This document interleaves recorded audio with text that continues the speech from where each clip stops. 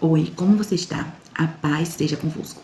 Eu quero compartilhar alguns versículos da palavra de Deus com você nesse dia de hoje.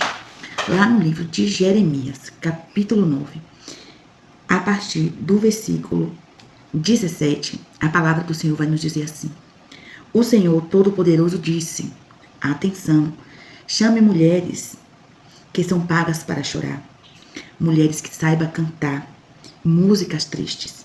O povo disse que elas venham depressa e cantem uma canção triste para nós, para que os nossos olhos se encham de lágrimas e fiquem molhados de tanto chorar.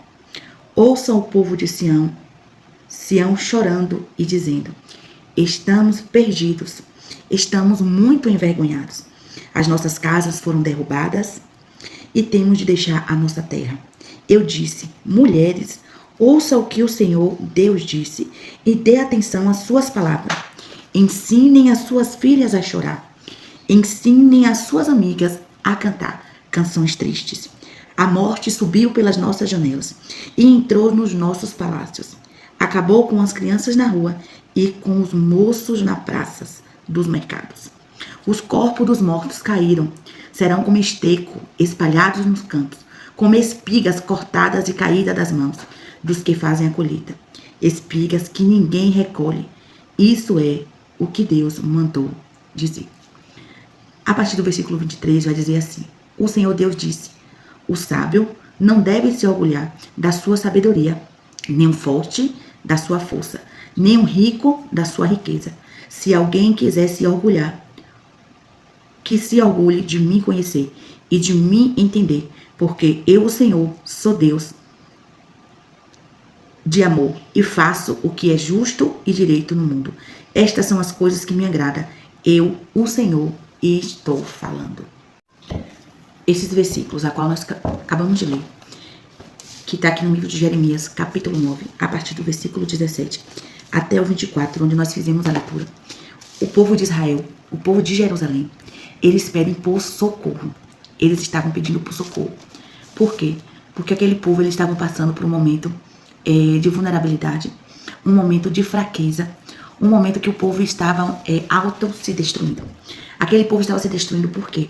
Eles estavam se destruindo por causa do pecado, eles estavam se destruindo por causa da desobediência, e eles estavam se destruindo principalmente por eles se afastarem de Deus, por eles deixarem de buscar a Deus, começarem a buscar ao Deus Baal, né, aos deuses, né, que não era e que não é o verdadeiro Deus. Então aquele povo se afasta de Deus. Então a destruição começa a entrar naquele lugar. E Deus, ainda amando aquele povo, ainda sendo o povo da promessa, o povo a que Deus escolheu, mas ainda assim, quando Deus ele vê aquele povo se degradando a cada dia, deixando a idolatria tomar conta do seu coração, tomar conta de tudo, o Senhor ele se entristece com aquele povo. Então Deus ele começa a dizer, né? Ele começa a trazer através do profeta Jeremias que se aquele povo não se arrependesse, que se aquele povo não tomasse uma decisão de consertar o seu caminho, de buscar o Senhor e de se aproximar de Deus novamente, que infelizmente o único caminho que restaria para aquelas pessoas, para aquele povo, para Jerusalém, seria o caminho da destruição.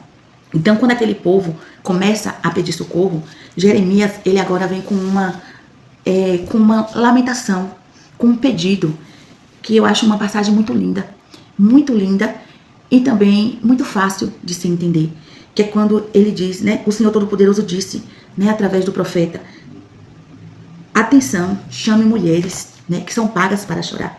Chame mulheres que saibam cantar músicas tristes. O povo disse que elas venham depressa e cantem uma canção triste para nós, para que os nossos olhos se encham de lágrimas e fiquem molhados de tanto chorar. Eu quero que você entenda essa noite, o que é que essa palavra, né, nesse dia, o que é que essa palavra, ela quer nos ensinar. Porque Deus usou, né, a palavra dessa forma, disse isso a Jeremias: chame mulheres, né, que saibam chorar, que voltem a chorar, que saibam cantar a canção triste, a qual os nossos olhos se encham de lágrimas. É porque aquelas pessoas, aquela nação, aquele povo, eles já estavam endurecidos. O pecado já tinha endurecido o coração daquele povo.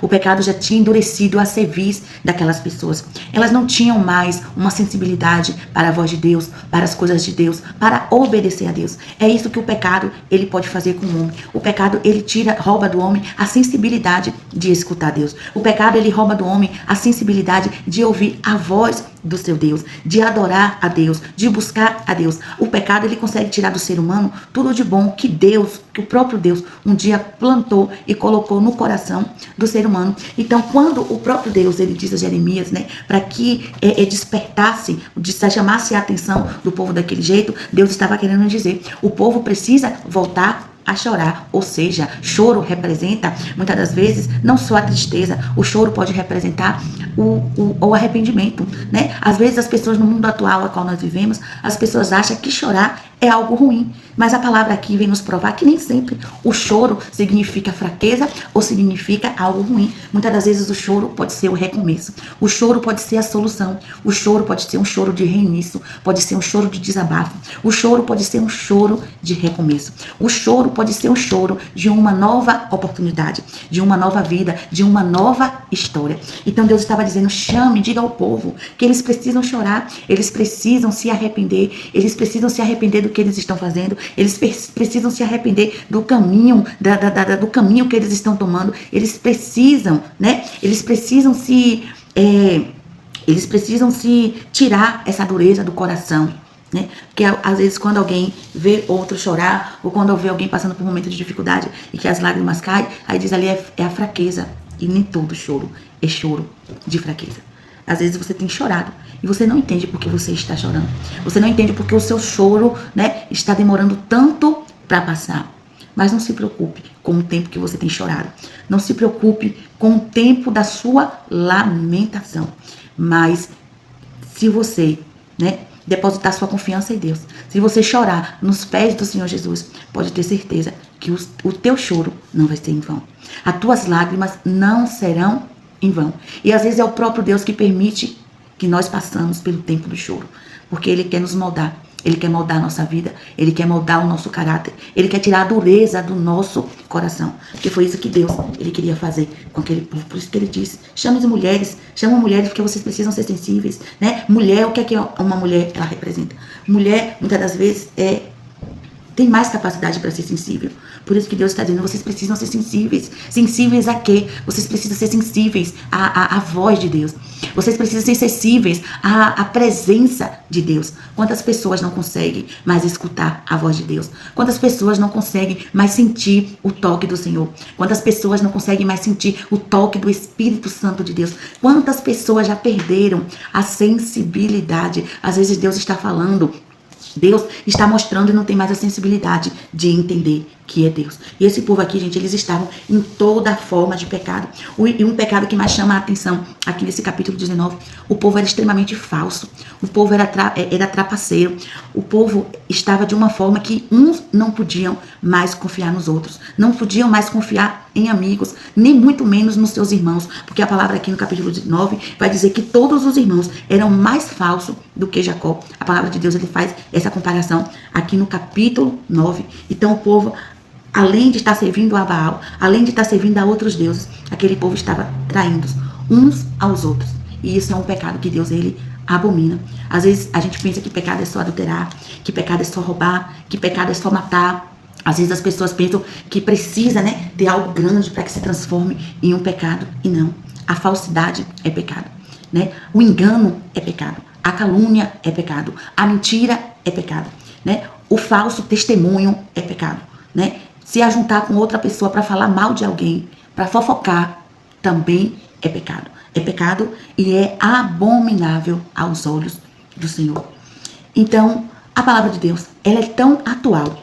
Ela é tão atual, gente. Ela é tão viva, ela é tão poderosa, ela é tão eficaz, que a partir do versículo 22, do capítulo 9 dessa palavra, a palavra vai dizer que os corpos, né, que os corpos dos mortos caíram, serão como esteco, espalhados no campo, como espiga cortadas e caídas das mãos dos que fazem a colheita, espigas que ninguém recolhe. Isso é o que Deus mandou dizer. Olha, a morte, né? Não só a morte física, mas a morte espiritual estava tomando conta de Jerusalém. E nos dias de hoje não é diferente, né? Hoje a morte, infelizmente, se tornou uma coisa normal. Todos os dias é no jornal e na televisão. As pessoas hoje morre um, morre outro, aí a vida de um importa mais do que a outra. Daqui a pouco nenhuma vida está se importando mais, porque morre, amanhã já se esqueceu o que aconteceu, né? É passado, ninguém lembra mais. E aí é como hoje, infelizmente, as pessoas estão perdendo a vida. É como se fosse uma formiga. É como se fosse uma formiga que fosse pisada e não tem valor nenhum. Não é? Nós estamos vivendo num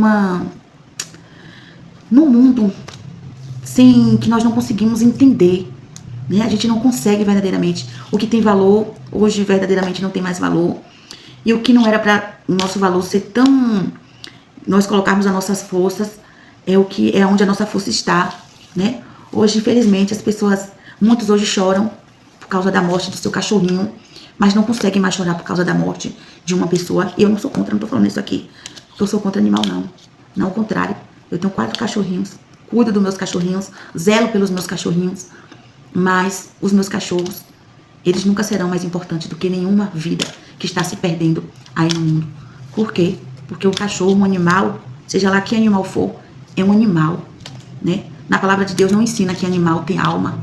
Na palavra de Deus não ensina que um animal, que um bicho, seja lá que eu ame ou que eu não goste, não ensina se ele vai para o céu ou se ele vai para o inferno, né? Eu entendo que os animais, eles são irracionais. Então, ele é diferente do ser humano. Ainda que muitas das vezes ele seja dotado de amor, eles sejam espertos, né? Que com nós humanos ele aprenda, ele se adapte, ele ajude até crianças a se salvar, pessoas a se salvarem. Mas são animais. Não tem o mesmo valor que um ser humano feito pelas mãos do Senhor e Salvador Jesus Cristo de Nazaré, a qual Deus ele deu seu fôlego de vida, a qual Deus ele colocou uma alma e que ele diz que ele fez o ser humano para a salvação. E quantas vidas estão se perdendo, né? E muitos achando que é mais ou menos importante. Ah, se foi um bandido não é importante. Se foi uma pessoa que não anda perante a sociedade como deveria, não é importante. E Deus, ele não vê assim. Para Deus, todas as vidas importam. E eu quero te trazer nessa mensagem e nesse dia de hoje, da mesma forma que morre o malfeitor, morre também aqueles que são titulados como bom. Da mesma forma que morre, né, aquele que cometeu perante a sociedade algo que não foi vista ou que não foi de bom grado e que às vezes não é mesmo, porque infelizmente o inimigo se aposta das pessoas que deixam, que dão espaço para ele entrar. Da mesma forma, todos os dias morrem pessoas também que muitas das vezes estavam até buscando a Deus, deram até espaço a Deus na vida dela. Então eu quero só que você entenda, para Deus não existe pessoas mais ou menos importantes. Para Deus existe ser humano. Para Deus existe almas, a qual o Senhor, ele ama. A qual Deus, ele tem um prazer que o homem se arrependa, conheça ele e tenha a oportunidade de ser salva e de ter a vida eterna. Quando o Senhor Jesus, ele morreu, né? Quando ele foi crucificado ali na cruz do Calvário, quando ele estava ali sendo maltratado, né? Sendo cuspido, sendo furado com lança, né? Sofrendo toda a moléstia, passando pelo aquele sofrimento. A palavra vai nos dizer que ao lado do Senhor Jesus estavam 2 homens, né? E a palavra vai dizer que não eram qualquer homens. Eram 2 homens, eram 2 ladrões, eram 2 malfeitores, né? E ali num certo momento, um daqueles homens, ele olha para Jesus, ele se direciona para o Senhor Jesus, ali os 3 pendurados na cruz, o Senhor Jesus no meio, um do lado direito e outro à esquerda. E um dos homens olha para Jesus e pergunta e fala a ele: se tu é filho de Deus, né? Se tu é Jesus, se tu é Deus, nos tira daqui. Por que tu não livra a ti e livra a nós? E ali a palavra vai dizer que o outro homem que estava do outro lado, né? Diz ao Senhor Jesus, diz ao outro homem, né? Quem somos nós, né? Ou seja, quem é você, quem somos nós para dizer qualquer coisa contra esse homem? Esse homem está aqui inocente e nós estamos aqui porque nós fizemos algo de errado. Nós estamos aqui, ou seja, porque nós merecíamos estar aqui por causa dos nossos atos e dos nossos erros. Mas esse homem, nenhum pecado e nenhum erro ele fez. E aquele homem, ele faz um pedido a Jesus. Ele diz: lembra-te de mim, Senhor, quando tu entrares no paraíso. E o Senhor Jesus responde àquele homem: hoje mesmo tu estarás lá comigo. Ou seja, aquele homem, ele quis dizer: eu me arrependo de tudo que eu fiz. Eu me arrependo da vida que eu levei. E eu estou reconhecendo nesse momento aqui que o Senhor é Deus. Ainda eu vendo o Senhor nesse estado de derrota, que aparentemente aos olhos humanos, Jesus ele estava sendo derrotado. Mas ainda assim, aquele ladrão que estava na cruz, ele creu que Jesus era o Filho de Deus, era o enviado de Deus. Então eu quero te dizer, não deixe a situação, não deixe o cenário faça você duvidar das coisas de Deus, daquilo que Deus ele tem para a sua vida, daquilo que Deus ele tem para você. Mediante essa palavra que nós lemos, busque ler o capítulo todo aí na sua casa, Jeremias capítulo 9, para você entender o que o Senhor Jesus quer dizer. No 23 a palavra ainda continua dizendo de forma maravilhosa que o sábio não deve se orgulhar da sua sabedoria, nem o forte da sua força, nem o rico da sua riqueza, mas se alguém quiser se orgulhar, que se orgulhe em conhecer a Deus, em conhecer ao Senhor, porque Deus ele é um Deus de amor, ele é um Deus de justo, ele é um Deus direito no mundo, e essas são as coisas que agradam ao Senhor. Então que o Senhor Jesus ele te abençoe. Busque ao Senhor, se aproxime de Deus e entenda que o Senhor Jesus ele te ama, ele ama a humanidade, ele ama você, ele ama o ser humano, ele não ama o pecado, ele abomina o pecado, mas eu quero te dizer, ele ama o pecador. Eu não sei em que situação você está, eu não sei de onde você vai me escutar, eu não sei em que lugar você está nesse momento, mas eu quero te dizer, Deus ele é socorro para a sua vida, ele é socorro para a sua alma, ele é socorro para a sua história, ele é socorro, ele é o socorro bem presente, ele é a ajuda bem presente, que chega na hora certa, na mão certa. E eu quero declarar sobre a sua vida, que o Senhor Jesus, ele te pega com mão forte nesse momento, e ele te arranca do lugar que você estiver. Você pode estar no pior lugar, mas o Senhor Jesus, ele tem o poder de te arrancar. Então somente confia no Senhor, entrega teu caminho ao Senhor, confia nele, e o mais ele fará. Que o Senhor Jesus te abençoe. Essa mensagem tem direção, essa mensagem tem direcionamento. Olha, ela vai chegar em lugares, e quando você escutar essa mensagem, ela vai chegar em lugares principalmente onde tem pessoas que estão na sarjeta,